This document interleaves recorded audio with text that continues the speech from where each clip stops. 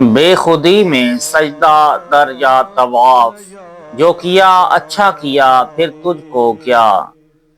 اس شعر میں امام عشق و محبت حضرت رضا بریلوی رحمۃ اللہ تعالی علیہ بہت ہی سنجیدگی اور احتیاط کے ساتھ جذبہ عشق و محبت و جوش الفت پر فہم سلیم اور اصول شریعت کی لگام ڈال کر اپنی شان احتیاط کا مظاہرہ کرتے ہوئے فرماتے ہیں کہ اگر کوئی رسول کا دیوانہ اپنے عشق کی مستی اور مدہوشی کے عالم میں از خود رفتہ ہو کر حضور اقدس صلی اللہ علیہ وآلہ وسلم کے در اقدس کا سجدہ یا طواف کر لیتا ہے تو اس نے کون سا برا کام کیا۔ اے عظمت رسول اور تعظیم نبی صلی اللہ علیہ وآلہ وسلم سے قدورت رکھنے والوں، اس عاشق نے جو کچھ بھی کیا ہے وہ اچھا ہی کیا ہے، اس میں تجھ کو کیا یعنی تجھ کو کیا تعجب ہے۔ اس شعر کی تشریح تو بہت لمبی ہے لیکن ہم کچھ مختصر بیان کریں گے۔ سجدہ کی دو قسمیں ہیں، سجدہ عبادت اور سجدہ تعظیم۔ سجدہ عبادت صرف اللہ تعالیٰ ہی کے لیے ہے، اللہ تعالیٰ کے سوا کسی غیر کو عبادت کا سجدہ کرنا شرک خالص ہے۔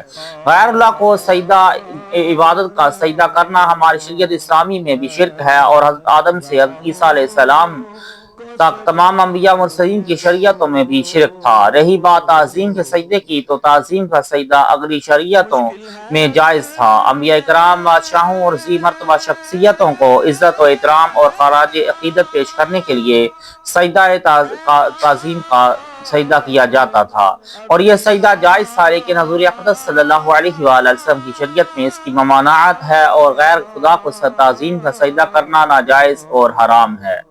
تعظیم کا سجدہ اگرچہ بانیت سجدہ تعظیم بھی کیا جائے تب بھی اس کے حرام اور ناجائز ہونے میں کوئی شک و شبہ نہیں ہے۔ ایسا کرنے والا فعل حرام کا مرتکب اور یقیناً گناہ گار ہے۔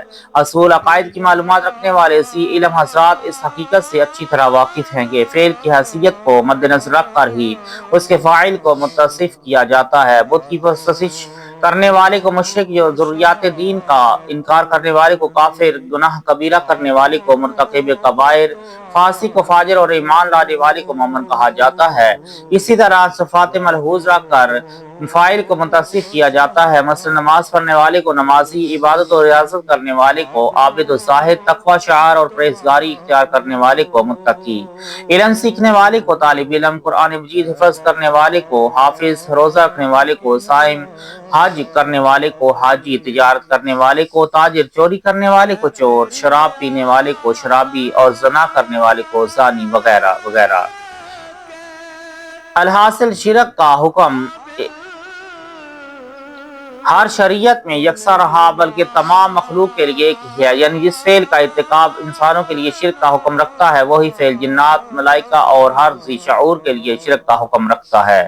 ایسا کبھی نہیں ہوا کہ جو کام انسانوں کے لیے شرک ہونے کی وجہ سے ممنوع ہے وہی کام جنات کے لیے غیر شرک ہونے کی وجہ سے جائز ہو، بلکہ انسان، جنات، فرشتے، حور، غلمان وغیرہ تمام کے لیے شرک ایک ہی حکم رکھتا ہے۔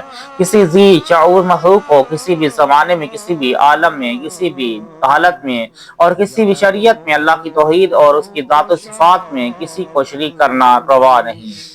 اگر کسی نے جانتے ہوئے ایسا کام روا رکھا تو وہ مشرک ہے اور مشرک کا ٹھکانہ جہنم ہے۔ اللہ تبارک و تعالیٰ کے نزدیک سب سے زیادہ ناپسندیدہ، مبغوض اور ناقابل معافی اور کوئی کام ہے تو وہ شرک ہے۔ قرآن مجید میں شرک کی مذمت میں متعدد آیات نازل ہوئیں، ان تمام آیات میں شرک کو سب سے بڑا گناہ قرار دیا گیا ہے اور یہاں تک ارشاد فرمایا کہ اللہ تعالیٰ شرک کا گناہ معاف نہیں فرمائے گا۔ تو جب اللہ تعالیٰ شرک کو اتنا ناپسند فرماتا ہے تو وہ اپنے کسی بندے سے اس عمل کو کب پسند فرمائے گا؟ اس کے باوجود قرآن مجید میں کئی مقامات پر یہ واقعہ مذکور ہے کہ اللہ تعالیٰ نے فرشتوں کو حکم دیا کہ وہ حضرت آدم علیہ السلام کو سجدہ کریں، جیسے کہ اللہ تعالیٰ کا فرمان ہے وَإِذْ قُلْنَا لِلْمَلَائِكَةِ اسْجُدُوا لِآدَمَ فَسَجَدُوا إِلَّا إِبْلِيسَ، اور جب ہم نے فرشتوں کو حکم دیا کہ آدم کو سجدہ کرو تو سب نے سجدہ کیا سوائے ابلیس کے۔ اس آیت میں صاف صاف وضاحت کے ساتھ اللہ تبارک و تعالیٰ نے اس واقعہ کا ذکر فرمایا ہے کہ ہم نے جب فرشتوں کو حکم دیا کہ آدم کو سجدہ کرو تو تمام فرشتوں نے سجدہ کیا۔ اس آیت سے ثابت ہوا کہ اللہ تعالیٰ نے اپنے مقرب بندے فرشتوں کو غیر خدا کا سجدہ کرنے کا حکم دیا، اور حکم صرف گفت و شنید کے درجہ میں نہ رہا بلکہ اس حکم کی تعمیل بھی کی گئی، یعنی فرشتوں کا حضرت آدم علیہ السلام کو سجدہ کرنا وقوع پذیر ہوا ہے۔ اب سوال یہ پیدا ہوتا ہے کہ ہر سجدہ جو غیر خدا کو کیا جاتا ہے کیا شرک ہے؟ کیا ہر سجدہ سجدہ تعبدی یعنی کہ عبادت کا سجدہ ہے؟ جواب ہوگا کہ نہیں، بلکہ بعض سجدے تعظیم کے لیے بھی ہوتے ہیں۔ اگر ہر سجدہ عبادت کا ہی قرار دیا جائے تو اس نظریت سے شان الوہیت جل جلالہ میں توہین ہوگی، کیونکہ اللہ تعالیٰ نے فرشتوں کو حکم دیا کہ حضرت آدم علیہ السلام کو سجدہ کرو، تو کیا معاذ اللہ فرشتوں کو اللہ نے سجدہ عبادت کا حکم دیا تھا؟ ہرگز نہیں، بلکہ وہ تعظیم کا سجدہ تھا، اس نور محمد صلی اللہ علیہ وسلم کی تعظیم اور توقیر کے لیے جو حضرت آدم علیہ السلام کی پیشانی میں جلوہ گر تھا۔ اسی طرح انبیاء سابقین کو ان کی امتی سجدہ کرتے تھے، وہ بھی عبادت کا سجدہ نہیں تھا، کیونکہ اگر وہ سجدہ عبادت کا سجدہ شمار کیا جائے تو وہ سجدہ شرک کے حکم میں آئے گا، اور انبیاء کرام شرک کا ارتکاب نہیں کر سکتے، کیونکہ ان کو توحید خداوندی کی نشر و اشاعت کے لیے رسالت منصب کو نبوت سے سرفراز فرمایا جاتا ہے، لہٰذا وہ کبھی بھی شرک کا ارتکاب نہ خود کرتے ہیں اور کریں گے اور نہ ہی کسی کو کرنے کا حکم دیں گے، کیونکہ وہ شرک، کفر اور گناہ کبیرہ اور صغیرہ سے معصوم ہوتے ہیں۔ اب ہم سجدے کے تعلق سے گفتگو کرتے ہیں۔ اگلے شریعت میں عبادت کا سجدہ غیر خدا کو حرام اور شرک تھا، لیکن تعظیم کا سجدہ جائز تھا، جس کا ثبوت قرآن مجید میں ہے۔ فَلَمَّا دَخَلُوا عَلَى يُوسُفَ آوَى إِلَيْهِ أَبَوَيْهِ وَقَالَ ادْخُلُوا مصر إِن شَاءَ اللَّهُ آمِنِينَ وَرَفَعَ أَبَوَيْهِ عَلَى الْعَرْشِ وَخَرُّوا لَهُ سُجَّدًا۔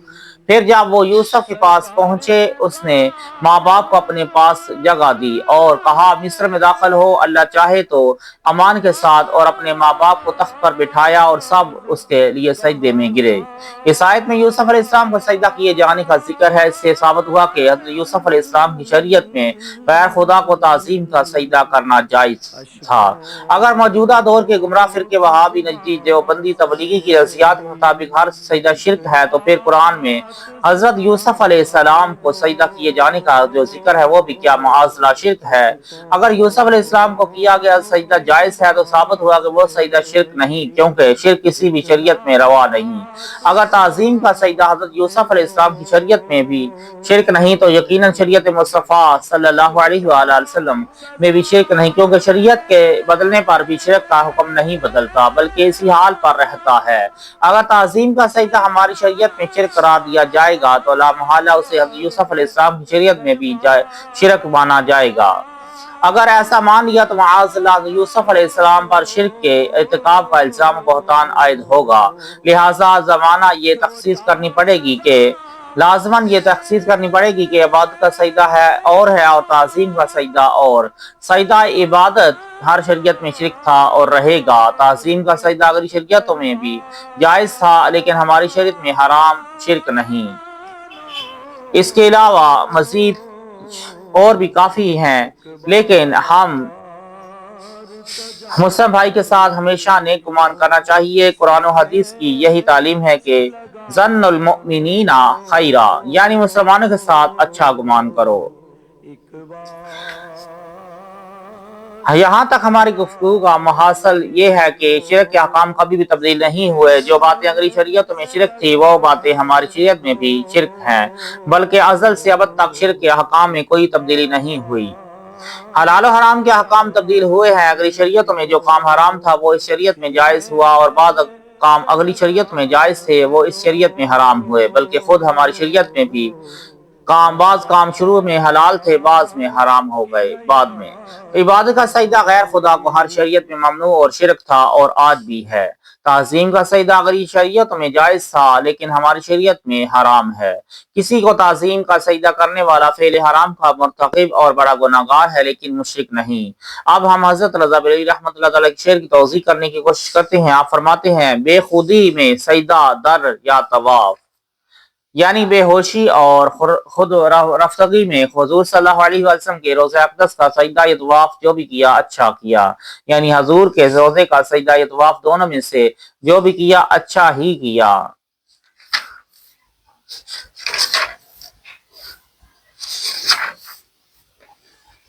سجدہ در مصطفیٰ صلی اللہ علیہ وسلم کے تعلق سے رضا رضا ایک شعر فرماتے ہیں، کالک جبین کی سجدہ در سے چھڑاؤ گے مجھ کو بھی، لے چلو یہ تمنا ہجر کی ہے۔